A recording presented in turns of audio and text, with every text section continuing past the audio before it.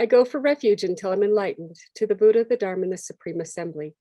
By the merits I create through listening to the Dharma, may I become a Buddha in order to benefit all sentient beings.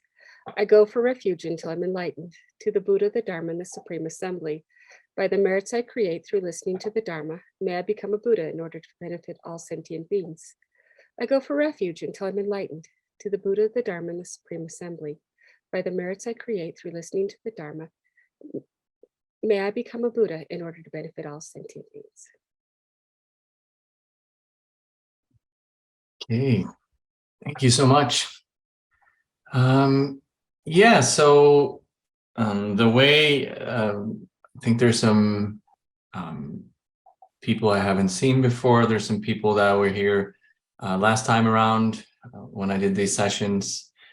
But in general, the structure that I've had is usually starting out with just a little bit of a short meditation to start with, just to settle and to set a good motivation for joining these sessions.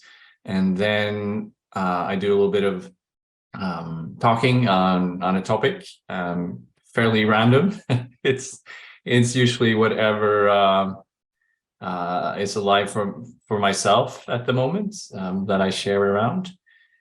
And then after that, I usually do another meditation that is a little longer than this first short one. And then after that, we just open up for discussions, questions, comments, concerns, and all of that good stuff. So, but just to start out, see if you can just find a reasonably comfortable position and maybe allow your attention to drop down from your head. You're coming from a day of thinking and planning and fixing, maybe worrying. So thoughts all around. So see if you can just drop that for a moment and allow your attention to just come down into the body. Become aware of the fact that you are embodied. Maybe connect with the breathing.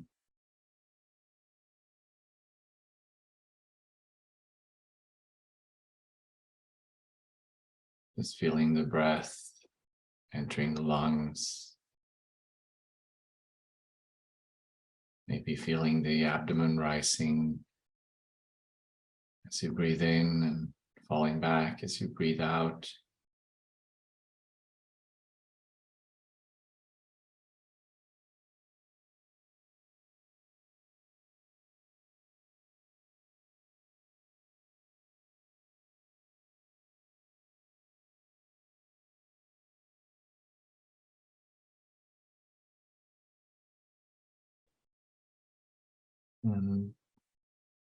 See if you can, just for a few seconds, allow these sensations of the breath to be the most important thing in your experience.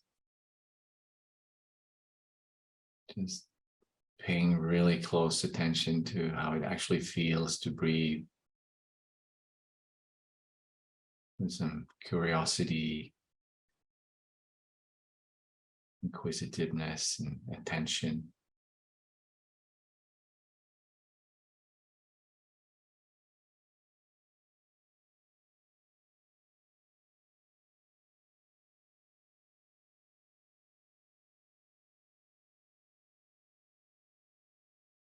You might find that this can be a way to settle the mind, a way to come into the present, a way to let go of the incessant thinking for a while and maybe just rest.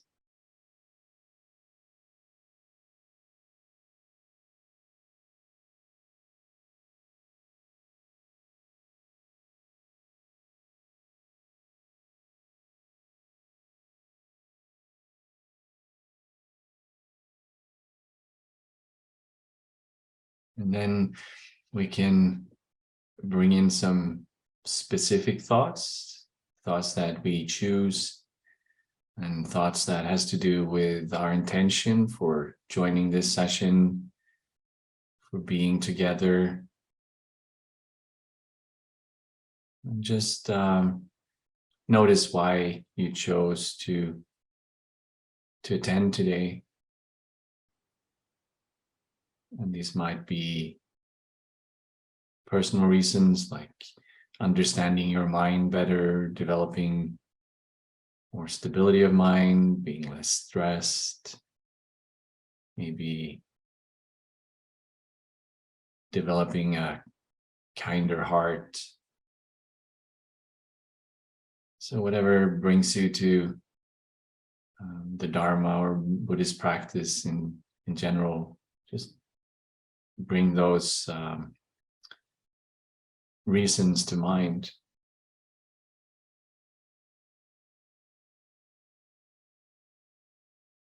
And then also,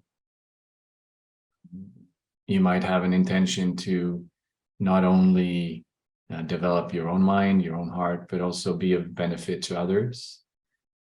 So the more wisdom and compassion we develop, the more skillfully we can show up in the world and help others who are also suffering. So that can also be our intention for joining a class like this.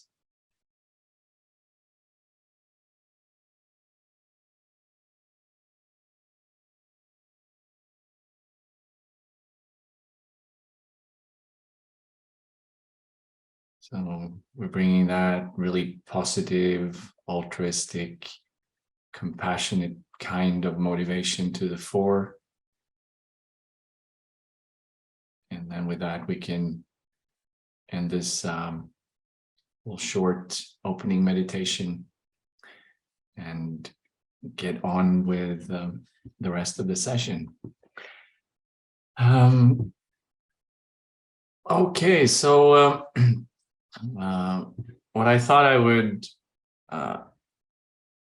speak on today is actually, I guess in a sense, thoughts.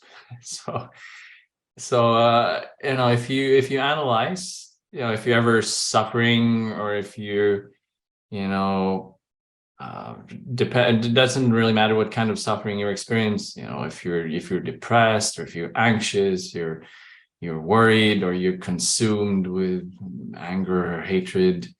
There's so many different types of suffering that we experience, but the one thing that they all have in common is that underpinning that suffering which we experience will always be a set of thoughts and a set of conceptual stories. So, and a lot of them are really subtle and automatic and quick. So they're kind of like this underlying storyline that we're not even, we're filtering the reality we experience through thoughts, but we're not even really aware that kind of filter is there, and we're not aware how much we're actually projecting onto the world that we experience through our own thoughts and our own thinking. And the Dalai Lama, he often when he speaks of suffering, he says that there's like two levels of suffering, and the first level would be, the really obvious, like he often mentions physical suffering, and he like touch his arm and say, this is level of physical suffering, like a mosquito bit me, or my arm was chopped off. I mean, different levels of physical suffering, and that kind of pain is completely unavoidable in life. And so is the pain of loss and grief and all that. It's completely inevitable. We will experience pain as we go through life. But then His Holiness would say that then there's another level of suffering, which is mental suffering. And that's the suffering that we kind of, in a sense, do to ourselves. So, for example, if we have some physical suffering, someone might have a splinter in their finger. So it's a really minor level of pain. But then on top of that, that person can project, just endless suffering. Like, oh, why me? This always happens. This is terrible. I have this thing, and it's really bothering me. And then we layer just suffering on top of suffering. This is something that we're just causing ourselves. So the interesting kind of suffering is always the mental level, because that's the one that we can really influence and have some kind of control over. And then in Buddhist practice, there's so many techniques to change the way we think, change the way we relate to things. There's this whole vast area, what's called Lojong, or mind training, where we transform the way we view reality, so that it's actually more in accord with reality, and it's also more helpful, more beneficial, more skillful for ourselves and others. And one example would be, for example, contemplating impermanence. So we have the way we think and the way we relate to the world is that we kind of expect things to last and to be reliable. And then, when something breaks or we get ill or something happens, then it's almost it almost feels like a personal insult, because we expected our car to just reliably start every morning, and then one day it just doesn't start, and then our whole day collapses and it's terrible and horrible. But if we were more realistic, we would kind of expect the car to break. It's almost like when we receive the car, we would see it as broken already, because eventually it will be. And we can't allow our own well-being to be reliant on things to be permanent and not break, not go away, not be lost, because impermanence is in the very core of just how reality functions. But since we're not thinking that way, we get really upset when impermanence becomes obvious and when it strikes. Another example of thinking that is unrealistic is the way we look at happiness and satisfaction. So we kind of have this view that external things either bring us happiness and joy, or external things, events, bring us pain or misery. But in fact, it's not an intrinsic quality of external things to be able to make us happy, or angry or sad. It's always how we relate to things, and that happiness is always something that is internal to our mind. And it's not like, if we love chocolate cake, it's not like chocolate cake can inject happiness into our minds. And we can prove that also by, the more chocolate cake we eat, we don't get happier. If chocolate cake truly made us happy or injected happiness into our mind, then we just have to eat more and more and more of it, and we'd just be happier and happier. But in fact, at some point, it turns into suffering. So as long as we have in our minds, as long as we have ignorance and craving and hatred and aversion, we're always going to be prone to suffering.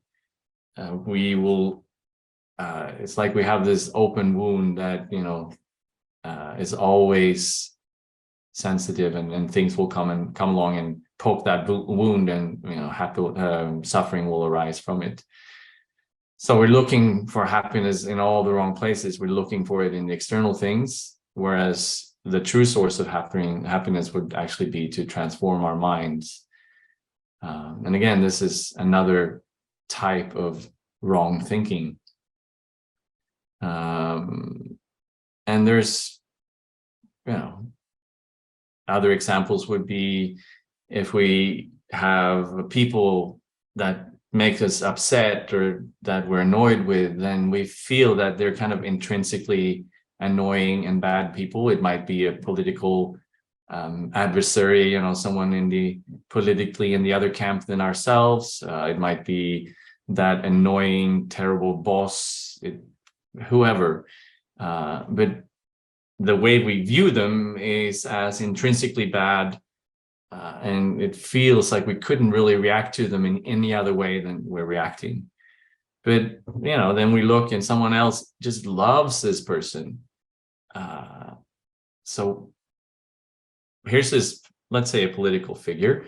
We don't have to name any names, but this person is so terrible. I lay awake at night, just I can't sleep because they're in the world and making things horrible.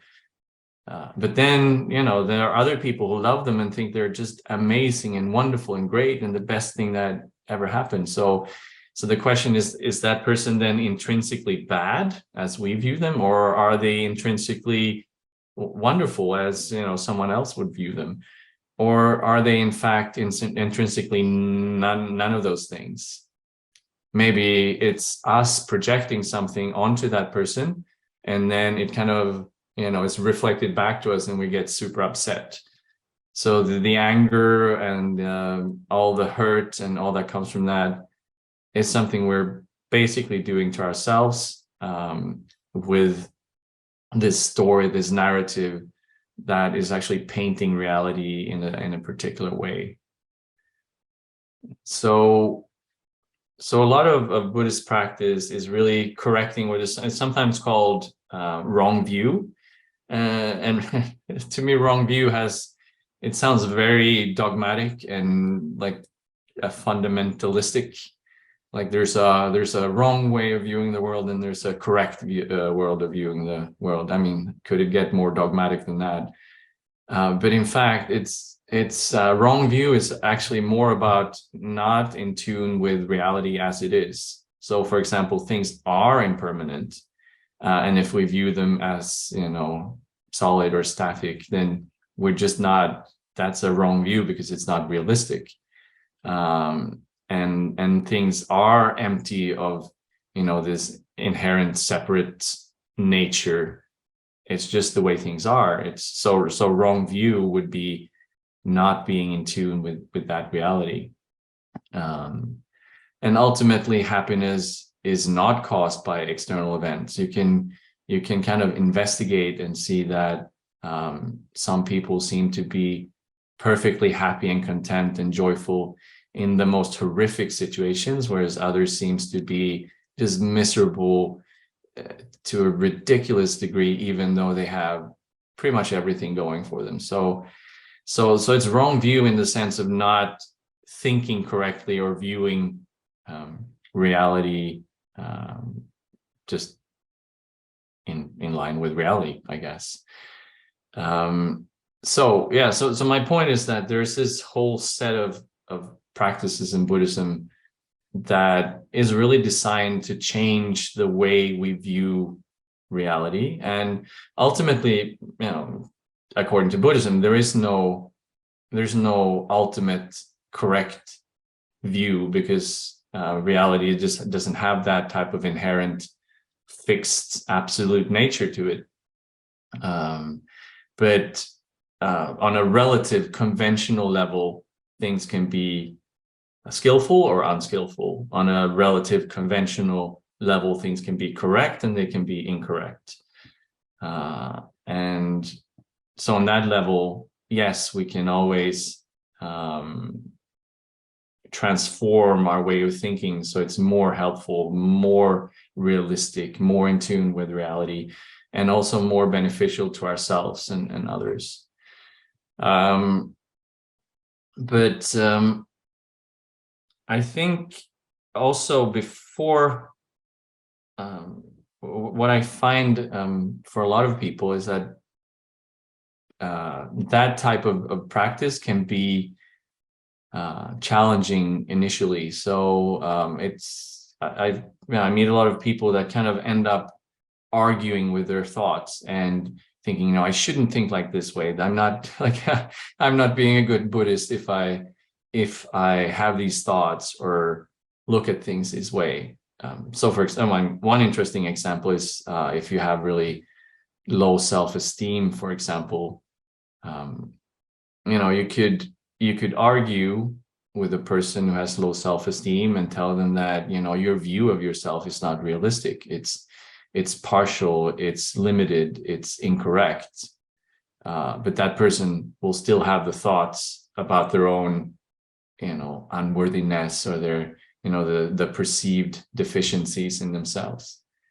They can even see that, oh yeah, this is just a conceptual story, this is just like this narrative self that I'm stuck with, and then they try to like argue with those thoughts and suppress them or change them, make them different, and that just makes everything worse. So one thing that I think is very helpful, definitely initially when we practice, but all the way through, it doesn't matter how long we've practiced Dharma for. I think this will always be very, very helpful. And this is to change the relationship we have to thoughts altogether.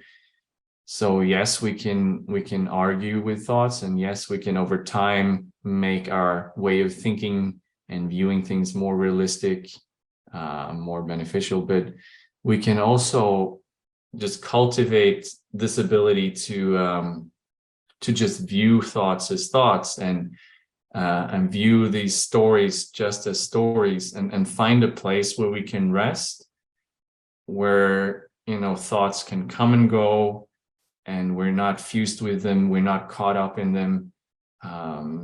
One metaphor that is really common is the metaphor of the clear blue sky and then the clouds passing by. So the content of our consciousness, the content of our awareness, that's the thoughts, the impulses, the judgments, the memories, the stories that just come and go, and for that matter also the emotions that arise. So just cultivating this ability to rest in a place that is open, spacious, and also that space is infused with warmth and love and care. In cultivate the ability to identify with that level of our being, and then just allowing all the turmoil and stuff to come and go without being overly engaged in it.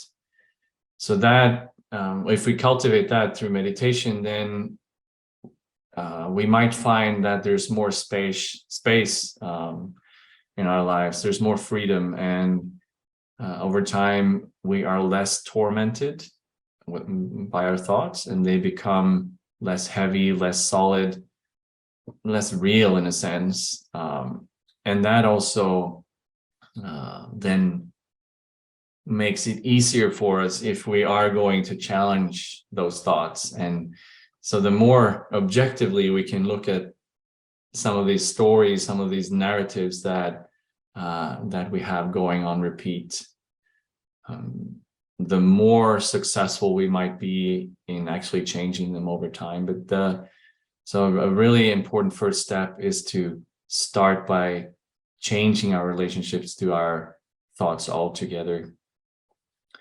And I also find it really interesting that, for example, if I was to ask people in this group, like, do you have any problems? Any problems in your life right now? Then everyone would have a long list, and there would be some, like the top one or the top three ones that are really pressing and extremely heavy at the moment. big problems, causing big suffering for us. We all have problems.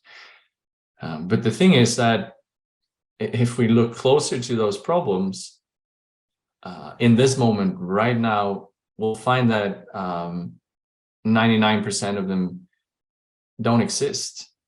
So again, we might have this level of, we might have physical problems, I might have a strong pain in my body, or, there might be someone that comes in through the door and tries to assault me, or maybe they're wielding a knife and they're trying to kill me. That we could argue that's an immediate problem that actually exists here and now. But most of the problems are not like that. Most of the problems have to do with the past, things, I should have done this, I should not have done that. And then we're spinning these conceptual stories, these narratives. And that is actually what the problem is. That is the problem. That story is the problem. If that story didn't exist, the problem would not exist in this moment. Or we're projecting into the future, oh, I have to fix this and that, and maybe this and that, and the other will happen. And then we're just projecting these catastrophic scenarios into the future. And those are problems. Yeah, but they also only exist as that story, that narrative. They have no existence in the present moment other than as thoughts. So so in a sense, by just releasing all of that stuff, then in a sense all problems go away. And now your mind is arguing with me, saying that, well, yeah, that's good for now, but then I'll have to go out and engage, and then the problems will be there again.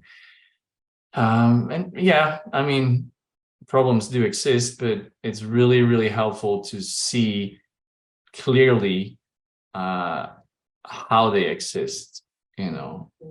If they're just thoughts and conceptual stories, we need to relate to them as thoughts and conceptual stories.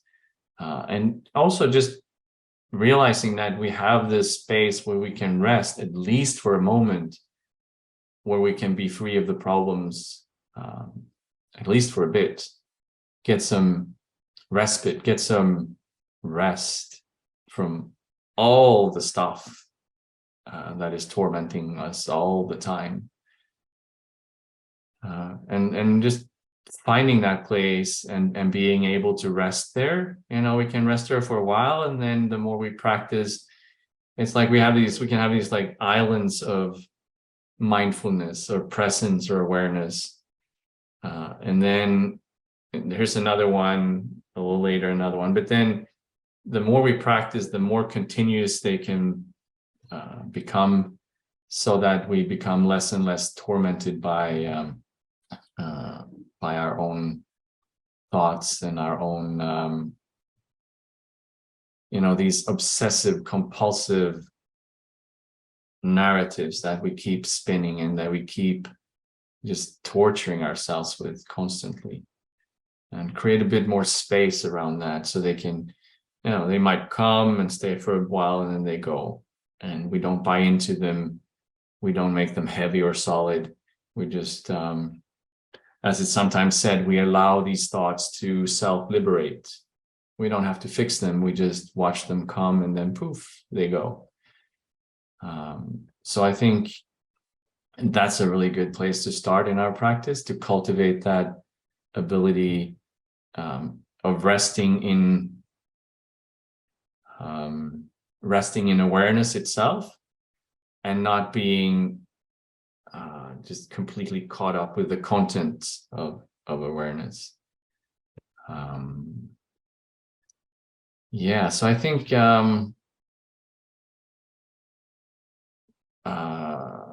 I feel like I should maybe pause there and see if there are any questions or objections or comments.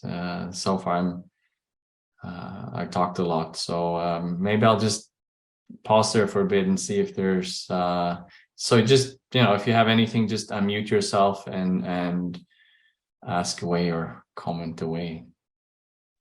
I do. I was texting Shayla while you were talking. Probably rude, but it inspired me because I was literally giving myself this talk at 4 o'clock in the morning today when I was reacting to some assumption based on my past karma. And I was literally telling myself this for, I don't know, an hour or two. And then I was able to have a great day afterwards. And then this tops it off. So it's excellent. Thank you. Yeah, I'm happy to hear that. It takes me, when I realize that I'm stuck in that stupid story that I keep telling myself, it takes a conscious effort for me to stop the record player and flip the record player over and play a new song, because yeah, it does take effort to move on, and to let the music play and to get out of that skip, you know. It's worth it. It's worth it to move on.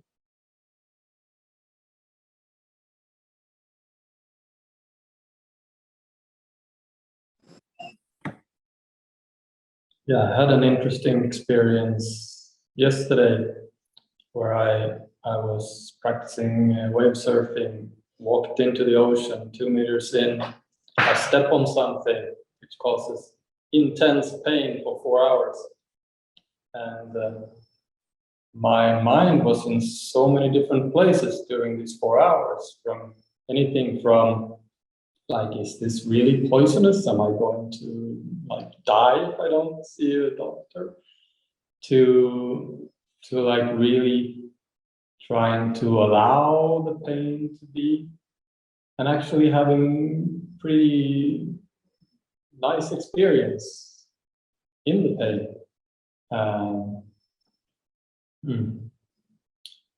But it was more of mostly trying to resist it because it turned out to be really challenging to welcome it. But just to see how different, how incredibly different the experience was in those different points in time.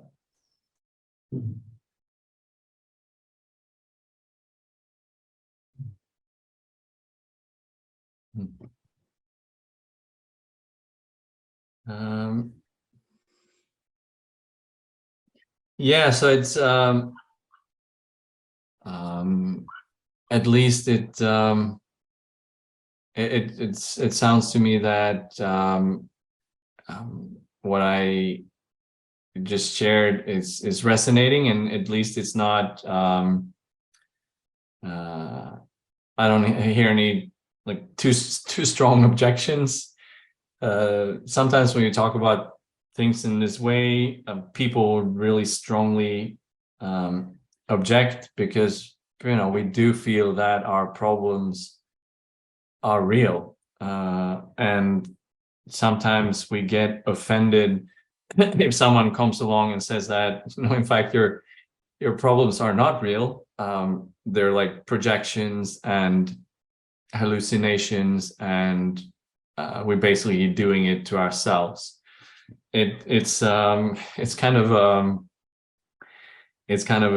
a strong message to hear sometimes, and in a sense, I think I remember this was probably Rubina Cortin who said that in one of her talks, but something that stuck with me. She said that Buddhism is I don't know if you use the word religion or whatever, but it's a religion, say, for adults. So meaning that we really need to be willing to take responsibility if we're going to do Buddhist practice, because it all, in a sense, there's no one to blame.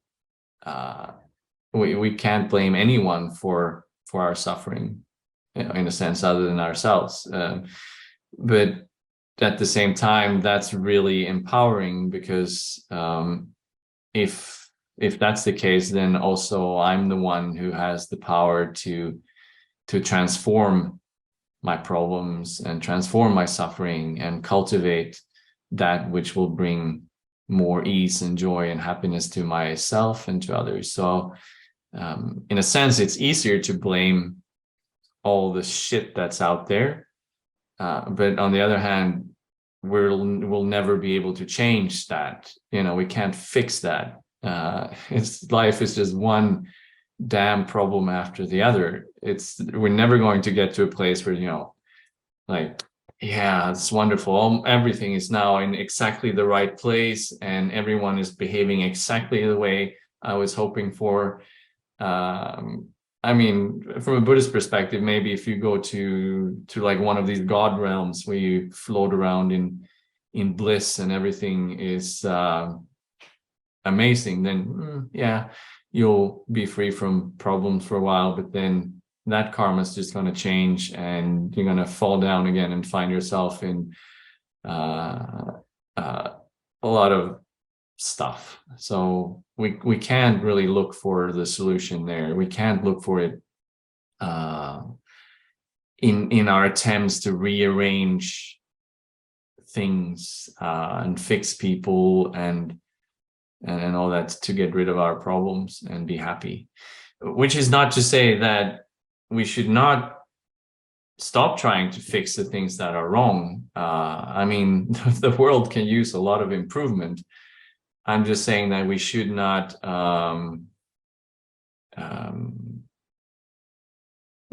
make our own happiness reliant on that happening first, and then us being, joyful and content afterwards. We need to find and cultivate that joy, that contentment, that happiness in a space that is not dependent on all those external factors.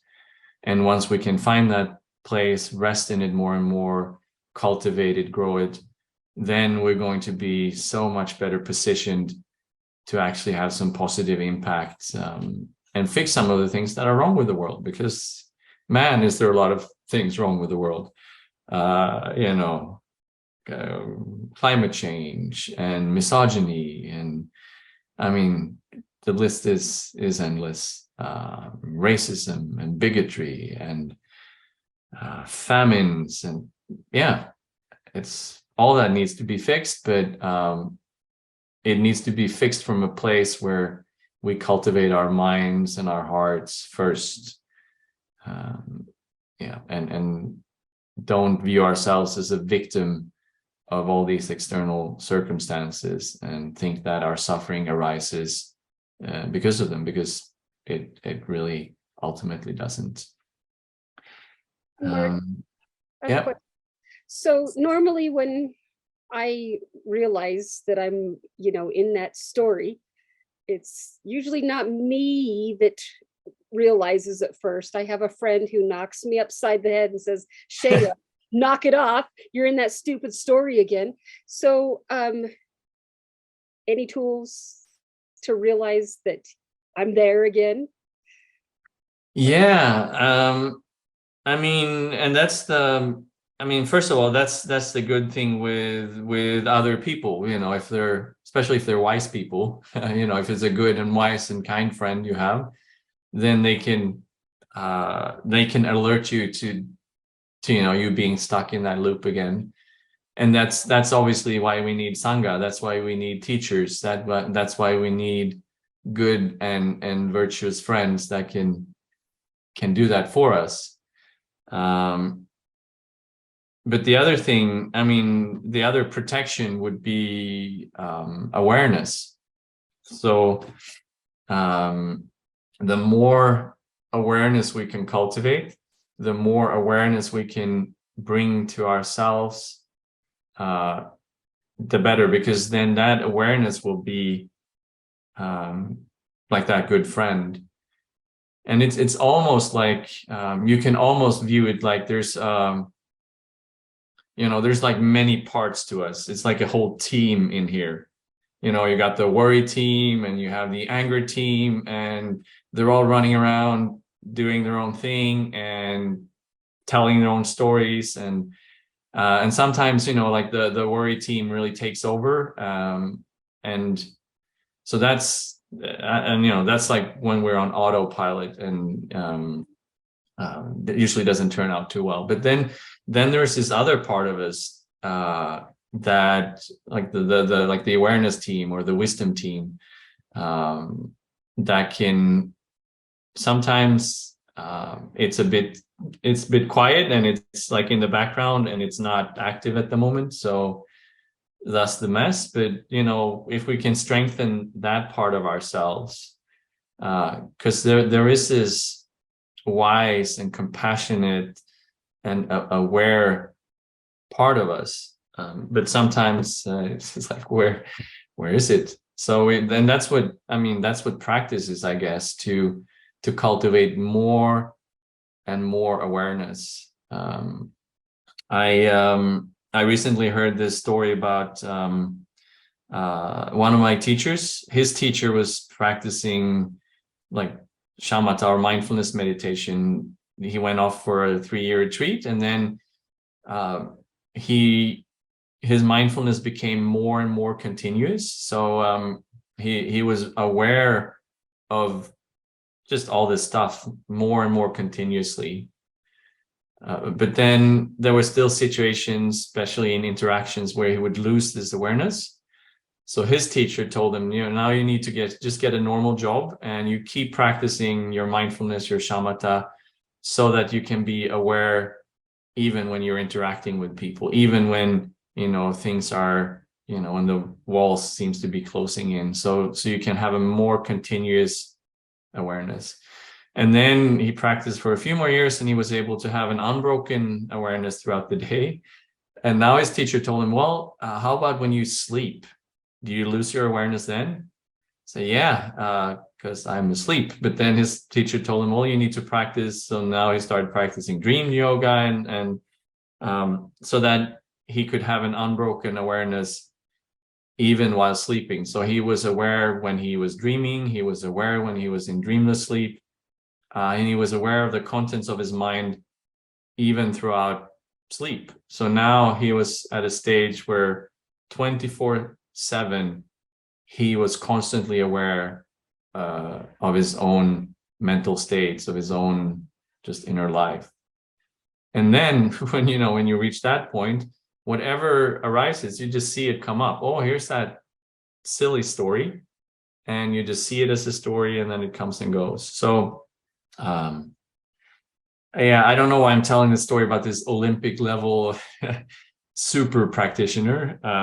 Might not be helpful, but I guess the point is that we can all cultivate, we can become more aware, more mindful, and that is the antidote to getting stuck in these loops. I mean, there is no other antidote than awareness, and the autopilot is always the challenge. And then we have our virtuous friends who help us until we develop this 24/7 unbroken awareness, I guess. I don't know if that was that helpful. Yes, thank you. Is letting go similar to just waving these thoughts away? Where people speak of letting go of any anger or any of this stuff. I mean, it's this context seems similar to me. Yeah. So there's I guess there are two extremes that are unhelpful, and one extreme is what you might call repression.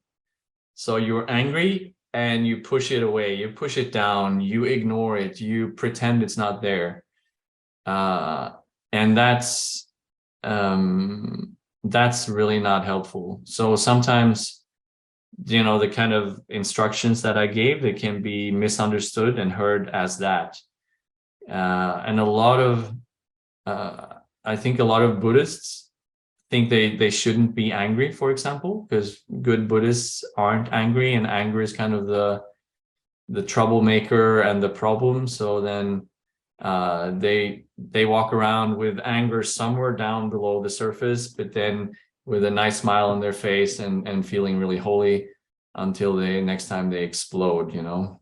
So so it's not that, it's not repression, it's not pretending it's not there, it's more seeing clearly, allowing that anger to be there, and but holding it more like you know, like a mother would hold a crying baby. So here's this baby, you know, you fed it, you changed it, and it's still just screaming and it's so angry.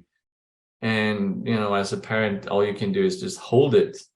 You give it love and attention, and just it's just there. You don't shove it in a drawer somewhere. You just hold it give it space and love and attention. And it's kind of like that with our anger. It's there, and we notice it. We give it space, but we don't try to make it go away. So it's and it's also not, I mean, the other extreme, if repression is one extreme, the other extreme is then acting on our anger. So you know, saying things, doing things driven by that angry impulse is also not very helpful, because then we're just strengthening our habitual tendency to become angry and act on it, and then over time we probably get more angry. So it's that balance between repressing and acting out, where we just hold, where we just observe, where we give space, and that space needs to be infused with compassion and care and warmth. So we don't make anger into the enemy, but rather just, realize this anger has arisen from so many causes and conditions, and there's also probably some wisdom in there. The anger has probably identified something that, you know, is not quite right. So we can see what is that kernel of wisdom in the anger, and then just allow it to rise without making it into too much of a problem. I don't know, does that would that answer your question? Yes. Thank you.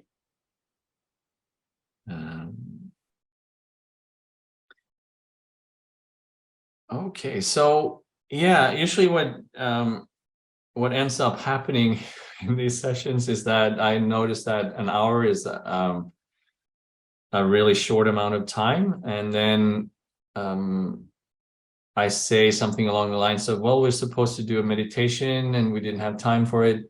And then I ask everyone if they would be fine to go a little bit over time. And that's exactly the point at which we've arrived right now. So, because I thought it would be good to do a meditation just around cultivating this ability of just resting in awareness and allowing things to arise without getting too involved in them. So if you have to go when the clock strikes 6, is it over there? Is it 6 o'clock soon? Yeah.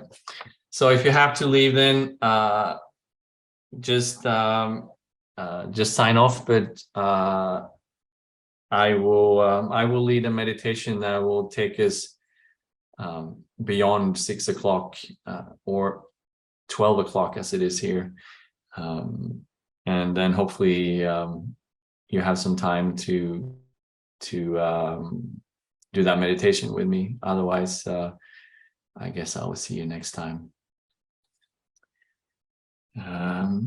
Yes, so again, see if you can just find a position that is comfortable. So I think one of the main things with meditation is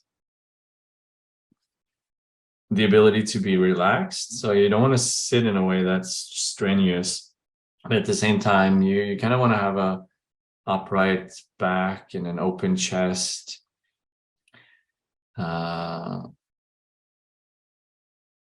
As the Zen masters say, you want to have a soft belly and a strong back,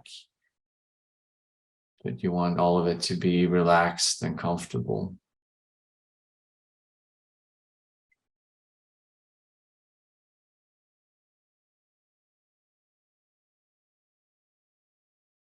And then you can start by, again, noticing the breath. So that's a really good way of allowing the body and mind to settle. Just following the natural rhythm of the respiration. Not trying to control the breathing, but just resting your attention on the breath, kind of like a cork that is bobbing up and down on the waves of the ocean.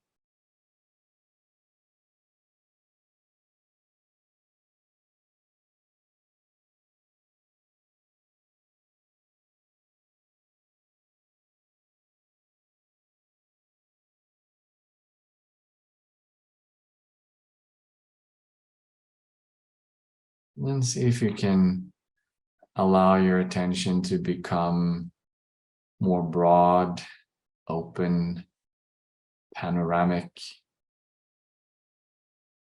So now your breath is one part of your experience. Then you're allowing for all the other things that are there, the thoughts, the memories, the sounds, the sensations in the body.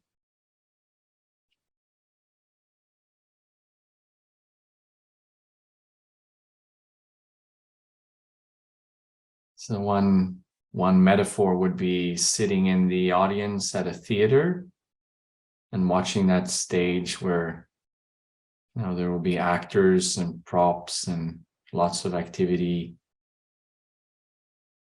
but you're just sitting in the audience and just observing everything that's happening on the stage. You're not trying to change it or fix it or make it different. You're just watching, observing.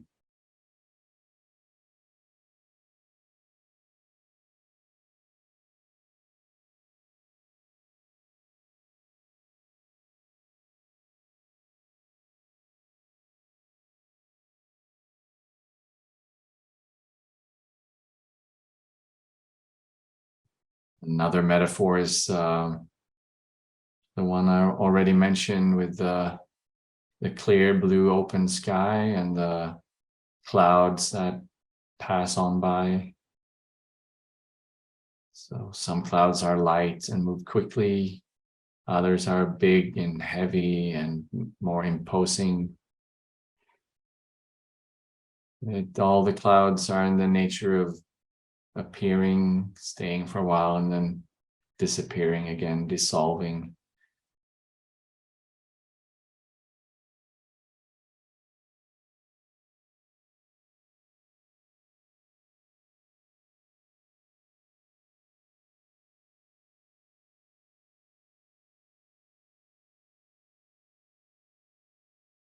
So see if you can identify more with that open, vast sky. Just watch the clouds as they come and go.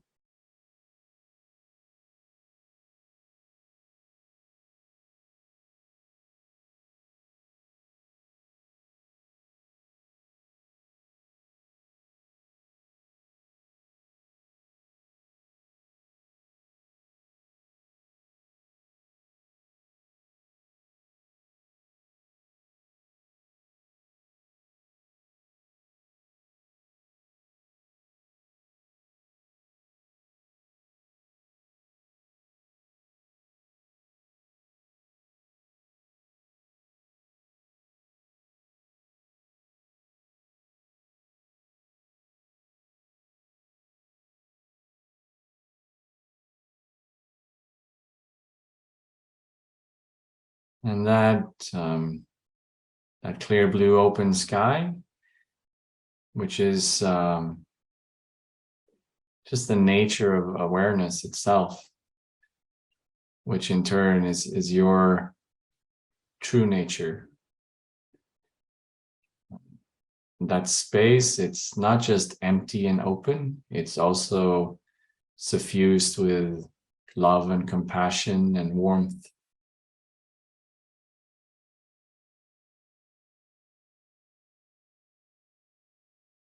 So what you're resting is not just open and spacious, it's also in the very nature of love.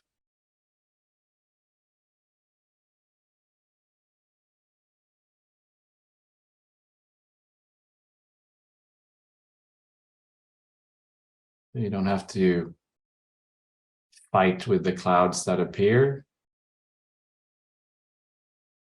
Instead, see if you can meet them with curiosity,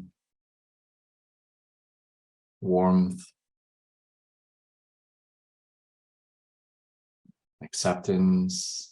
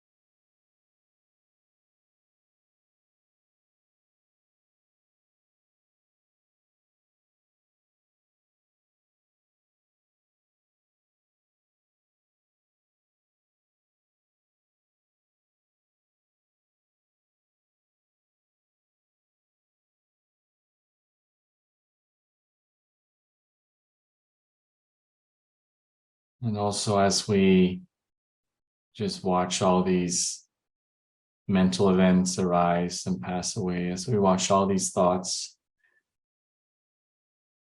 it's also good to know that ultimately they arise from the same nature, from the same awareness. So even though they seem sometimes deluded and wacky and crazy, they actually arise out of this compassion and wisdom infused emptiness. They just take on forms that are on a relative conventional level, these illusory problems and these illusory confusions.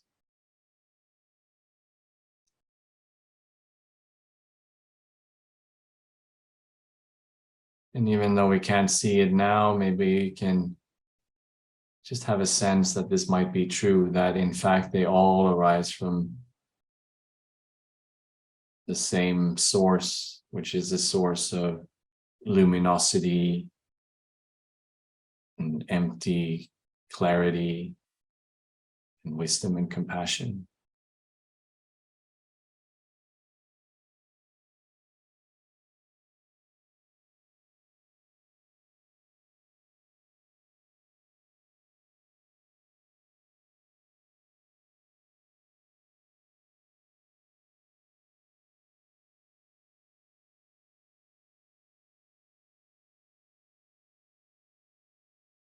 So it's kind of like meeting a difficult person. Initially, we might need to create some distance. We might need to disentangle ourselves and find our own footing, find our own peace and balance and clarity. But then we can re-engage with that person. Then we can listen to them and see, and what are they actually trying to tell us? And it's kind of the same with these thoughts. Initially, we need to disentangle from them because we're so fused with them. So we need to find that balance and clarity. And from that space, then we can re-engage with them.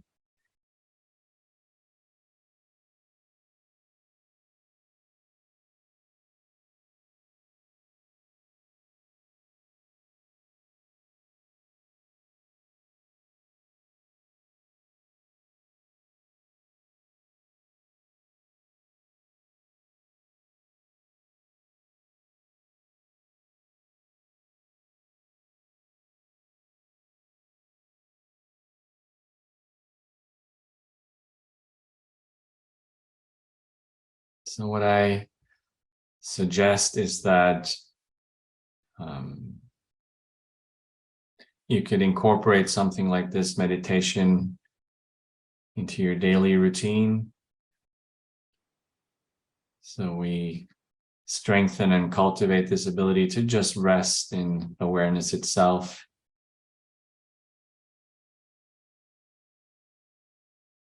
And then as we do that more and more, we can maybe discover that we can bring that into the rest of our days. So we have greater access to that place, to that position, even though we're meeting challenging outer circumstances. And if we can remind ourselves, we can just return to resting in awareness just for a few seconds even throughout the day.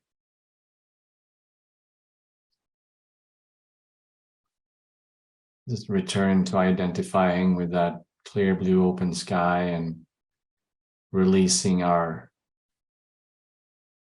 desperate and firm grasp of all the clouds. Just allowing more space and freedom to arise in our lives.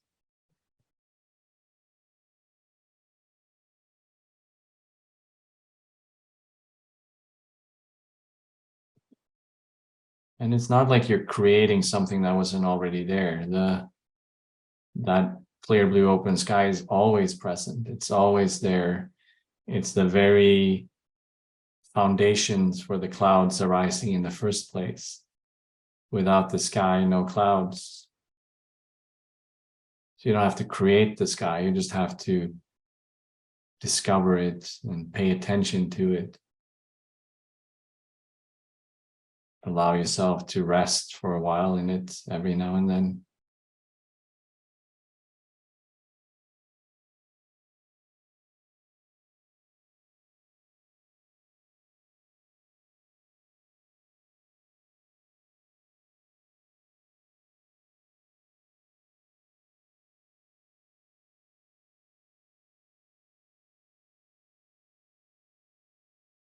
Okay, and then with that, we can end this meditation.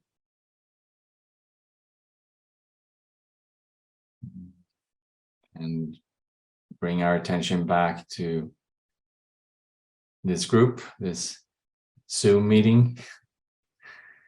And yeah, I guess go about the rest of our days.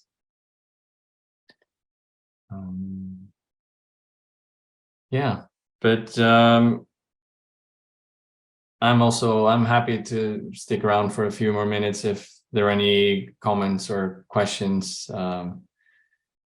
observations regarding that last meditation practice.